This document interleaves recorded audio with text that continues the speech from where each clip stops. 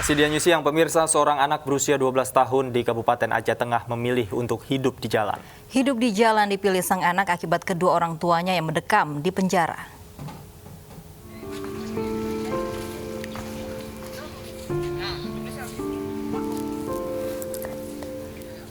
Dimasuk dia. Mas, adikmu nih, Mas.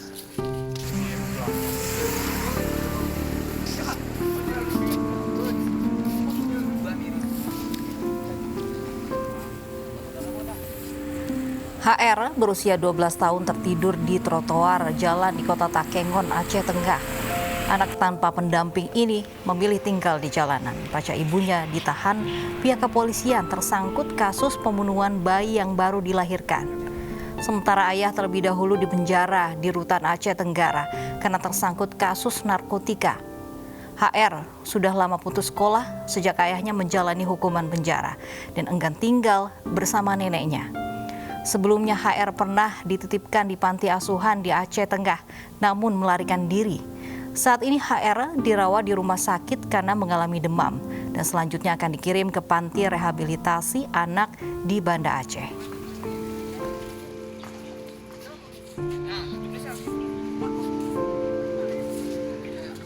Dimasuk dia. Bagaimana kondisi terkini HR, anak 12 tahun yang telantar karena kedua orang tuanya mendekam di penjara? Kami sudah terhubung dengan Aulia Putra, Kepala Dinas Sosial Aceh Tengah. Selamat siang, Pak Aulia. Selamat siang, Mbak Lafi. Hingga saat ini, Pak, kondisi HR seperti apa?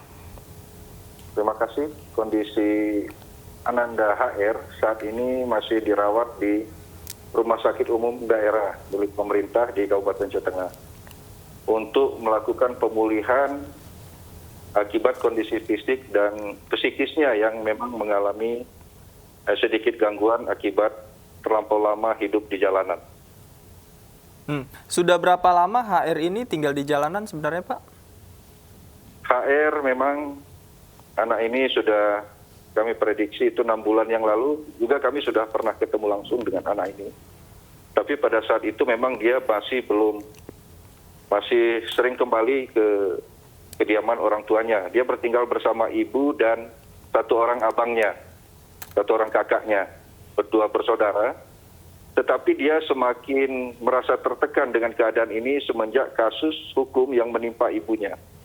Ini yang menjadi awal dia semakin jarang pulang ke rumah dan dia lebih sering tinggal di jalanan. Dan ini dengan kondisi COVID yang tengah mewabah ini, tentunya dia sering berinteraksi dengan orang-orang. Makanya kemarin pada saat dia tidur di jalanan mengalami demam, ditangani oleh rekan-rekan dari instansi terkait, Dinas Kesehatan dan pihak rumah sakit untuk dilakukan tindakan untuk penanganan kesehatannya. Baik, kalau untuk kondisi HR ini seperti apa, Pak Aulia? Apakah mengalami traumatis akibat permasalahan keluarganya? Sudah pastilah. Ukuran anak yang berusia 11 tahun, dia dihadapi dengan kondisi ekonomi dan kondisi orang tua, kasih sayang yang memang tidak dia dapatkan semestinya, ditambah dia juga harus menjadi saksi atas kasus hukum yang menimpa ibunya. Sudah pasti anak yang berusia demikian mudanya ini 11 tahun, harus berurusan dengan pihak berwajib, ini tentunya juga menimbulkan traumatis tersendiri bagi anak itu. Baik, Pak Aulia, setelah HR nanti sembuh, rencananya akan seperti apa, Pak, tindakan yang diberikan oleh Dinas Sosial Sampak? Pada beberapa hari yang lalu, 3-4 hari yang lalu, kita mengadakan rapat case conference bersama instansi terkait. Di dalamnya ada pihak kepolisian, kemudian ada P2TPA, Perlindungan Anak, kemudian pegiat-pegiat pemerhati anak, dan instansi terkait lainnya, serta pilar-pilar sosial, serta mengundang keluarga dari Henry, yaitu yang dihadiri oleh kakek dan neneknya. Dan kita, pihak keluarga sepakat untuk melakukan tindakan terhadap tumbuh kembang Henry ke depan itu kepada pemerintah. Dan kondisi Henry saat ini, tadi kami dapatkan informasi dari pihak rumah sakit, sudah mengalami kemajuan yang cukup baik. Kita harapkan beberapa hari ke depan Henry sudah bisa kita rujuk ataupun kita bawa ke pembinaan selanjutnya ke panti khusus anak di Kota Banda Aceh, ibu kota Provinsi Aceh. Itu Baik. langkah-langkah yang akan kita lakukan.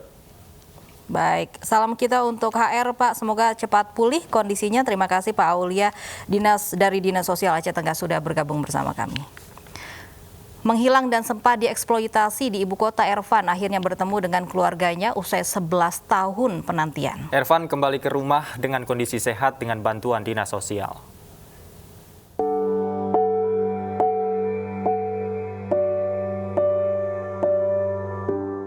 Selama 11 tahun memikul rindu pada anak kesayangannya, akhirnya pasangan suami istri Suparno dan Sutanti bisa bertemu Ervan yang hilang sejak berusia 6 tahun.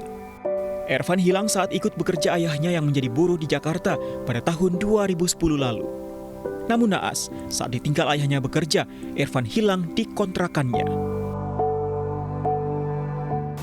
Nah terus pas saya sudah mengembalikan itu ada 4 orang pengamen yang menghampiri saya.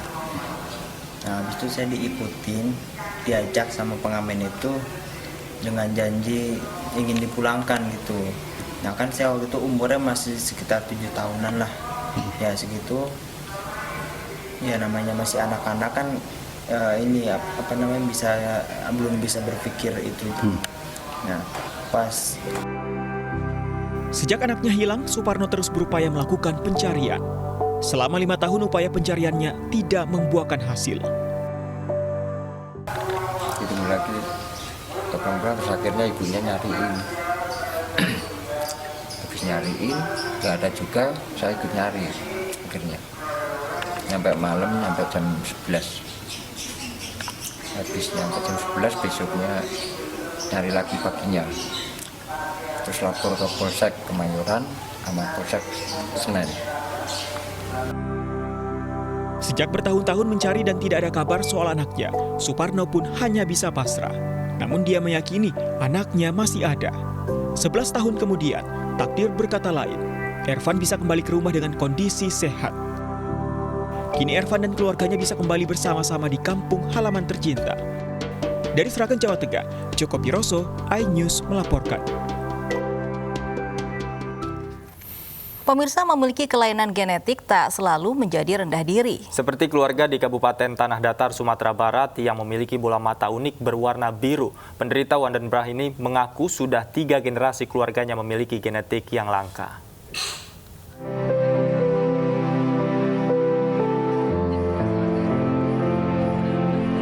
Satu keluarga di Kenagarian Sungayang, Kabupaten Tanah Datar ini memiliki warna bola mata yang unik. Jika bola mata pada umumnya berwarna hitam dan coklat, namun mereka memiliki bola mata berwarna biru seolah-olah menggunakan lensa mata atau soft lens. Dinamakan Waardenburg Syndrome, di mana warga memiliki kelainan genetik langka yang bisa mempengaruhi warna kulit, mata, rambut, dan bahkan bentuk wajah. Tutie Variani mengakui jika anggota keluarganya memiliki bola mata berwarna biru selama 3 generasi sebelumnya. Meski memiliki bola mata berwarna biru, ia tidak merasakan ada yang aneh dengan penglihatannya. Namun ia mengaku tidak bisa melihat cahaya terang seperti matahari dalam waktu yang lama. Namun saat malam hari, ia akan merasakan hal yang berbeda. Penglihatannya dirasakan sangat terang dan jelas. Mula matanya begini adalah turunan dari mama ibu, orang tua ibu yang perempuan. Dia punya mata ada sedikit di sininya. Terus lahir anak yang pertama dapat mata yang sebelah kanan juga biru semuanya, yang sebelah lagi coklat. Kakak bilang.